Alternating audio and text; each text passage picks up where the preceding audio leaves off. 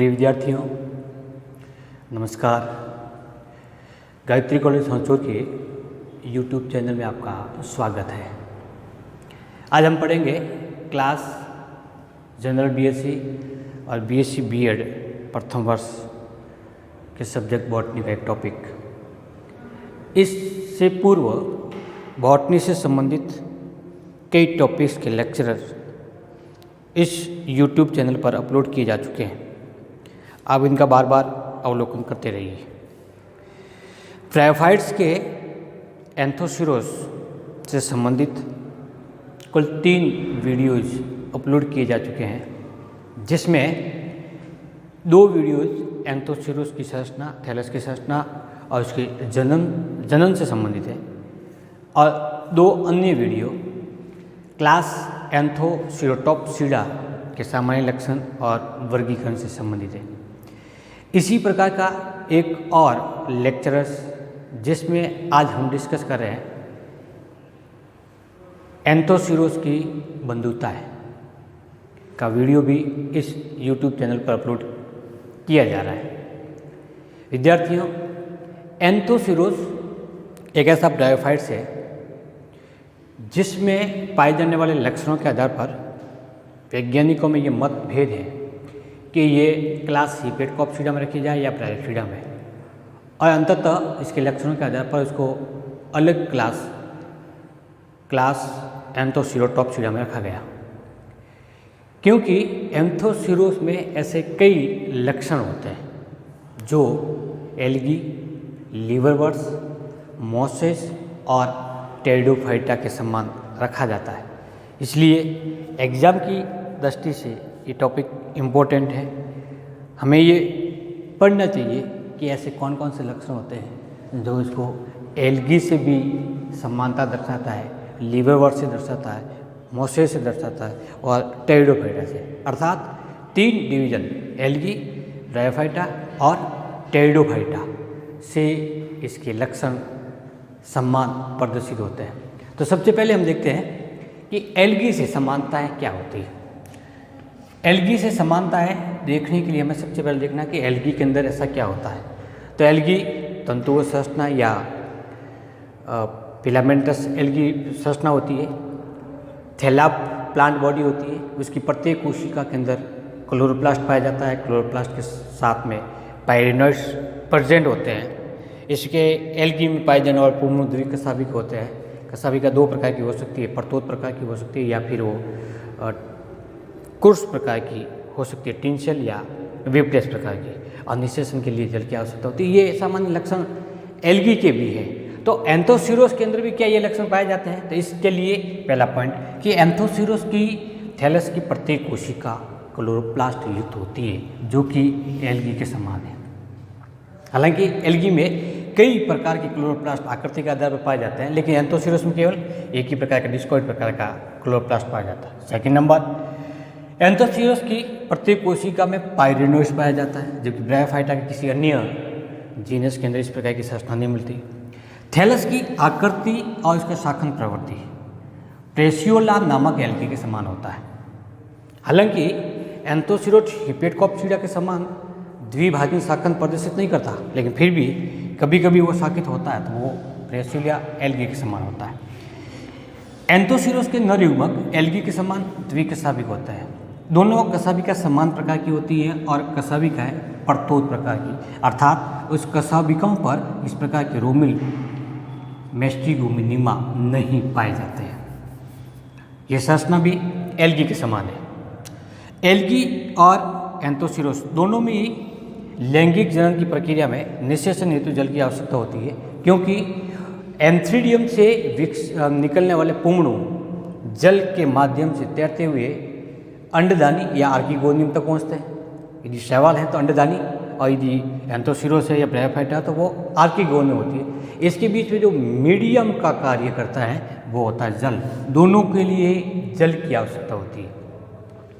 तो विद्यार्थियों, ये 5 लक्षण ऐसे हैं जो एंथोसिरोस को शैवालों से सम्मान या समानता दर्शाते हैं। दूसरा, ब्रायोफाइटा के हिपेटकॉप्सिडा, जिसे सामान्य भाषा में लीवरवर्ट्स कहते हैं, कैसे समान कौन से लक्षण होते हैं जो एंथोसिरस में भी हैं और हिपेटकोप्सिडा भी है। जैसे हिपेटकोप्सिडा का एक जीनस पेलिया का थैलस एंथोसिरस के समान होता है, तो मान सकते हैं कि एंथोसिरस हिपेटकोप्सिडा के समान भी है। जंगरमेनियलीज गण के अंतर्गत जिस प्रकार से सल्क नहीं पाया जाता है, ठीक उसी प्रकार से एंथोसिरस में भी स्केल्स का अभाव होता है। चिकनी भित्ति युक्त मूलाभास एंथोसिरस का लाक्षणिक गुण है, जो कि जंगरमेनियलीज के जीनस में पाया जाता है। हालांकि मार्केंसिया के अंदर दोनों प्रकार के पाए जाते हैं, लेकिन कुछ में चिकनी भित्ति युक्त एक कोशिकीय मूलाभास ही पाए जाते हैं। रिक्सियसी के समान, जिसमें रिक्सिया आता है, तो उसके समान एंथोसिरस की भी जननांग धसे हुए होते हैं। किसमें? थैलस में, तो दोनों में समानता होगी। और आर्की स्पोरिल कोशिका जो कि स्पोरोफाइट के कैप्सूल के अंदर पाई जाती है, हिपेटकोप्सिडा के जीनस और एंथोसिरस दोनों में ही आर्की स्पोरिल सेल से स्पोर और इलेक्ट्रस का विकास होता है। तो दोनों के अंदर समान पाए जाने के कारण और ये 5 लक्षण एंथोसिरस के ऐसे हैं जो कि इसको हिपेटकोप्सिडा से समानताएं दर्शाता है। अर्थात एंथोसिरस की एल्गी से भी समानता है और हिपेटकोप्सिडा से भी समानता दर्शाता है।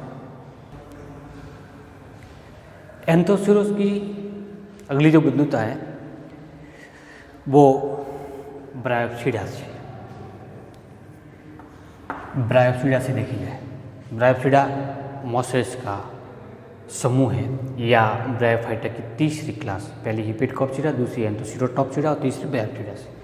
तो ऐसे कौन से लक्षण होते हैं जो ब्रायोप्सिडा के समान है? अर्थात पहला पॉइंट है इसका भ्रूण का परिवर्तन दोनों ही क्लास के जीनस में एक समान होता है, एक कोशिका के जाइगोट से प्रारंभ होता है और लगभग समान होता है। दूसरा, आर्की स्पोरिल सेल्स कहाँ पाई जाएगी कि एंथोसिरस का इस प्रकार का बेलनाकार कैप्सूल पाया जाता है। इस कैप्सूल के मध्य भाग के अंदर एक बड़ी सी संरचना पाई जाती है जो डंडोतों की कोशिकाओं से निर्मित होती है, वो कॉल्यूमेला कहलाती है। और इस कॉल्यूमेला के चारों ओर एक गुंबदनुमा संरचना के रूप में इस प्रकार की स्ट्रक्चर के अंदर आर्की स्पोरिल कोशिकाएं पाई जाती है। एंथोसिरस में आर्की स्पोरिल सेल्स का डेवलपमेंट एपिथीसियम वॉल से होता है। कब होगा? प्रारंभिक स्टेज के अंदर जब कोशिकीय समूह से एक परिणत विभाजन के द्वारा 2 परतें बनती है, एक बाह्य परत, एक आंतरिक परत। तो बाह्य परत को एपिथीसियम नाम देते हैं, जबकि आंतरिक परत को एंडोथीसियम कहते हैं। एंथोसिरस में यही एंडोथीसियम आगे जाकर कॉल्यूमेला में परिवर्तित होता है, जबकि एपिथीसियम पुनः एक परिणत विभाजन द्वारा आर्की स्पोरिल सेल और कैप्सूल वॉल के अंतर्गत परिवर्तित होता है। तो यहाँ पर दोनों ही जीनस के अंतर्गत, ब्रायोप्सिडा के अंतर्गत पाए जाने वाले प्लांट्स और एंथोसिरस में आर्की स्पोरिल सेल्स का निर्माण एम्फीथीसियम के समान होता है। अर्थात एंथोसिरस ब्रायोप्सिडा के ज़्यादा नज़दीक है। अगेन कि आर्की स्पोरिल सेल है वो कॉल्यूमेला के ऊपर गुंबदनुमा संरचना के रूप में पाई जाती है। और ठीक इसी प्रकार की ब्रायोप्सिडा के मोसेस जैसे स्फेगनम, उसके अंदर पाए जाने वाला इस प्रकार का गोलाकार कैप्सूल और इसके मध्य भाग पाई जाने कॉल्यूमेला और इसी के ऊपर गुंबदनुमा संरचना के रूप में आर्की स्पोरिल सेल्स पाई जाती है, जिससे स्पोर का डेवलपमेंट होता है। तो ये लक्षण भी दोनों ही प्रकार के प्लांट्स में एक समान होता है। बीजाणुजन या स्पोरोजेनिस उत्तक का मात्रात्मक ह्रास होता है, बहुत अधिक मात्रा में विघटित नहीं होती हैं, बल्कि वो डायरेक्ट ही विभाजित होकर के स्पोर मदर सेल का निर्माण करता है। एंथोसिरस में सीटा नहीं पाया जाता, फुट और केवल कैप्सूल होता है। और सीटा के स्थान पर इसमें मेरिस्टेमेटिक जोन्स पाए जाते हैं, जो कि कैप्सूल की वृद्धि को लगातार बढ़ाता रहता है। तो सीटा है यहाँ पर एक प्रतीकात्मक रूप में पाया जाता है, वास्तविक प्रारूप में नहीं है। तो ठीक इसी प्रकार से ब्रायोप्सिडा के अंदर भी वो एक संकीर्ण क्षेत्र के रूप में ही पाया जाता है। तो ये दोनों लक्षण एंथोसिरस और ब्रायोप्सिडा में समान हुए। ये 5 लक्षण वो है जो एंथोसिरस को ब्रायोप्सिडा के समान दर्शाते हैं। बात करते हैं टेरिडोफाइट्स के अंतर्गत। टेरिडोफाइट्स ब्रायोफाइटा के बाद में विकसित होने वाले प्लांट्स हैं। टेरिडोफाइट और ब्रायोफाइट में बेसिक अंतर ये है कि टेरिडोफाइट्स के अंदर वेस्कुलर सिस्टम पाया जाता है, ब्रायोफाइट्स में नहीं पाया जाता। लेकिन फिर भी एंथोसिरस में कुछ ऐसे लक्षण होते हैं जो टेरिडोफाइट्स के समान है। जैसे गैमेटोफाइट किसका? एंथोसिरस का जो मुख्य पीढ़ी है वो फर्न के प्रोथैलस के समान है। फर्न जो टेरोप्सिडा क्लास के मेंबर्स है, उसके अंदर जब स्पोर अंकुरित होता है, स्पोर में मियोसिस होगा, मियोसिस के बाद में उसमें म्यूस्पोर बनेंगे और जब वो अंकुरित होकर एक छोटी सी बहुकोशिकीय संरचना का निर्माण करते हैं जिसको प्रोथैलस कहते हैं, और उसी प्रोथैलस पर वापस एंथ्रेडियम आर्किगोनियम का निर्माण होता है। तो फर्न का प्रोथैलस और एंथोसिरोस का गेमिटोफाइट दोनों ही एक समान लक्षण प्रदर्शित करते हैं। एंथोसिरोस का गेमिटोफाइट भी जनन संरचना एंथ्रेडियम और आर्किगोनियम का डेवलपमेंट करती है, जबकि फर्न का प्रोथैलस भी एंथ्रेडियम और आर्किगोनियम का डेवलपमेंट करती है। दोनों ही संरचनाओं के अंदर कोशिकाएं क्लोरोप्लास्ट युक्त होती है। टेरिडोफाइट्स के प्रोथैलस और एंथोसिरोस के गेमिटोफाइट में जो जनन अंग विकसित होते हैं वो दसे हुए होते हैं। आर्किगोनियम की स्ट्रक्चर दोनों ही समूह के अंतर्गत समान होती है। जिस प्रकार से एंथोसिरोस में आर्किगोनियम नेक जोन और वेंट्रल जोन में डिवाइड होती है, ठीक उसी प्रकार की टेरिडोफाइट की भी स्त्रीदानी अंडदा क्षेत्र और ग्रीवा क्षेत्र में विभक्त होती है। हालांकि ग्रीवा कोशिकाओं की संख्या एंथोसिरोस की तुलना में या ब्रायोफाइटा की तुलना में कम होती है।